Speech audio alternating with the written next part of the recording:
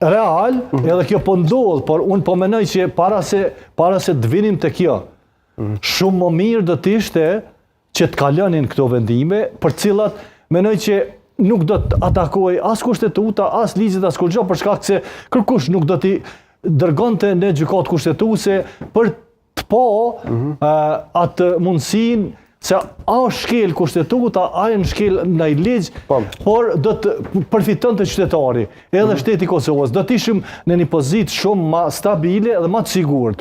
Tash, ne shkojmë në zgjedhje, sepse nuk ka variant tjetër, por e dim se zhagitja, certifikimi i rezultateve, zhagitja që mund ndodh në KQZ, këto janë këtë situata hipotetike, por të mundshme që mund me ndodh, edhe futemi pastaj në atë afatet kohore shumë të ndihshme, delikate që mund mos kenë punëtor të paga, pensionistët, pensionet e tyre, kështu me radhë. Pra, është një situatë shumë e paparashikueshme, e cila nuk do të duhej që të ndodhte. Matoshja, ka mundur që skena politike, spektri politik në vend, shkojnë në zgjedhje duke i zgjidhur disa probleme, në thosha, po kështu bazike, çështja e buxhetit, çështja e RTK-s, kur gjo asnjë interes më madhor. Apo mendoni që zgjedhjet e zgjidhin edhe këtë çështje? Kushtim.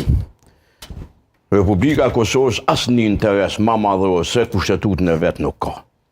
Ama harron që ka interes më madhor se mbrojtja e kushtetutshmërisë. Nuk ka, sepse edhe këtu edhe interesi madhor është interpretim. Kush po interpreton? Që është interes madhor.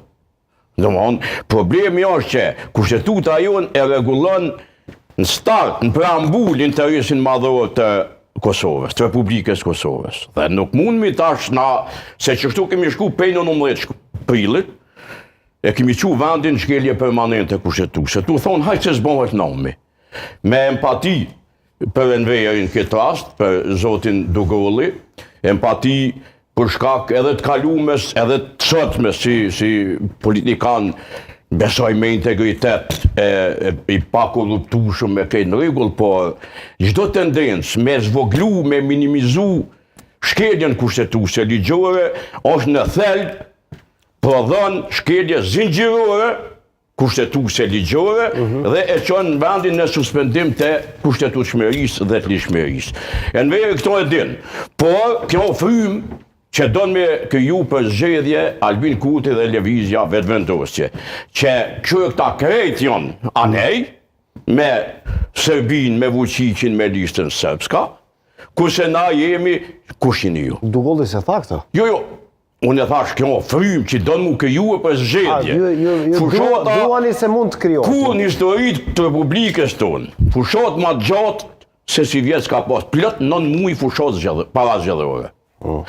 Një parti politike, si që din publiku, që është fitus relativ për i thujnë, normativisht i zgjedhjeve me 48 deputet, nuk është në gjendje, domethënë, me kriju institucione, me shpërbly votuesin e vetë në randpot, por edhe gjithë neve, se qeveria bëhet për gjithë Kosovën, për gjithë neve, gjitha strukturat, gjitha partit, gjitha polët, gjitha etnit vesa. Se po harrojmë, zoti Dugolli ka qenë kuvend, edhe e din që kuvendi i Kosovës i ka 120 deputet, nuk i ka 100, as 110. Por kemi ardhur situatë që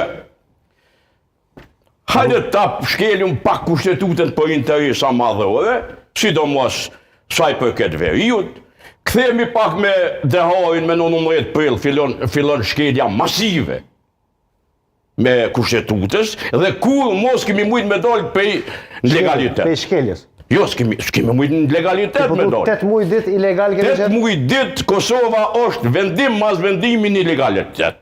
8 muj dit në onë shkelje. Prandaj zgjedhjet e dini krejt për një demokraci të lëndume, të smut, jonë i loqim maj mirë se rumë. Në mon anti-helm, jonë zgjedhjet. Veç me mujt edhe pak anti-helm, gjumës helmume tashma, të rretjes, patologjike, ndaj njëri tjetrit, si shqiptarët Kosovës, si qytetarët Republikës, si qytetarët edukuar mirë, kisha me thonë, Sepse nuk janë krejt me fuqiqin,